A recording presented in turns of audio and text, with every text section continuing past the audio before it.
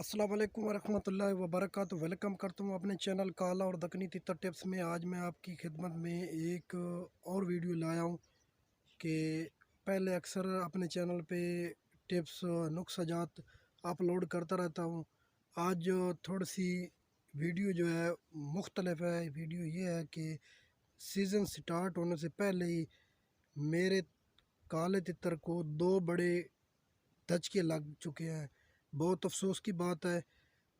कैसे लगे हैं वो इस वीडियो में आपको दिखाऊंगा और अपना तितर भी दिखाऊंगा। बहुत दुख हुआ है, लेकिन अल्हम्दुलिल्लाह अल्लाह पाक का शुक्र है, मेरा तितर उन दोनों धचकों से महफूज रहा है, उसका कोई नुकसान नहीं हुआ। लेकिन इंशाल्लाह वो उसने बुलाई स्टार्ट नहीं की, बंद कर दी है और बोदी भी कर गया है, लेकिन इंशाल्लाह उम्मीद है कि ठीक हो जाएगा। आप तमाम व्यूवर्स का साथ चाहिए मुझे। इंशाल्लाह मैं आपको दिखाऊंगा कि तितर को कौन से दो धचके लगे हैं।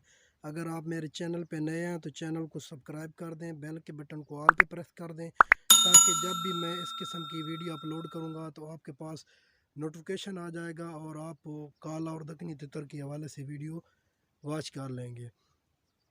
और कोशिश क्या करें कि वीडियो शेयर क्या करें कि मैं अगाए बगाए बताता रहता हूँ कि मैं इस चैनल पे फ़ी सबीलिल्लाह वीडियो अपलोड करता हूँ, ताकि नए शौकीन हज़रात को फ़ायदा हो सके। और शेयर भी क्या करें ताकि किसी और का भी फ़ायदा हो जाए। तो वो मैं आपको दिखाता हूँ कि कौन से दो धचके लगे हैं। तो मैं अपने तितर की तरफ लेके जा रहा हूँ।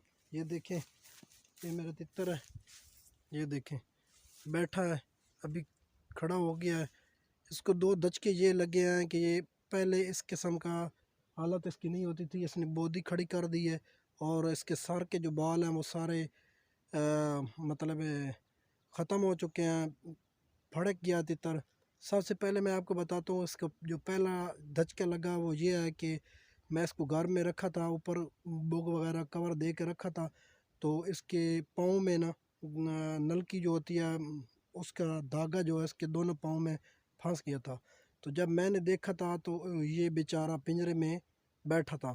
तो उस वक्त मैंने इसको अंदर ले गया था, ऊपर से कवर दे के एक बच्चे को बुलाया था, तकरीबन 12-13 साल था उसकी एज। उसको बुलाया था, उसको कहा कि इसका पाँव में जो धागा वगैरह वो निकाले। पहले मैंने कैंची की मदद से काटना था, लेकिन वो नहीं काट सका था, क्योंकि धागा इसके पाँव में जो उंगली होती है उसको अच्छी तरह पेवस हो गया था और निकल नहीं रहा था। फिर मैंने दरवाज़े बंद करके अंदर तितर को रखा और वो उसको लड़के को कहा कि इसका दरवाज़ा खोल के लाइट बंद करके इसको पकड़ें।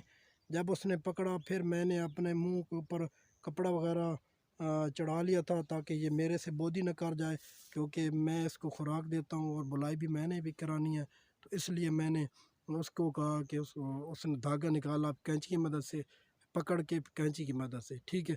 फिर 2-3 दिन मैंने इसको सेट कर लिया, इस किस्म का माहौल दिया, खेतों में लेके आया और जंगली तितर की आवाज़ सुनाई, तो फिर ये सेट हो जा गया।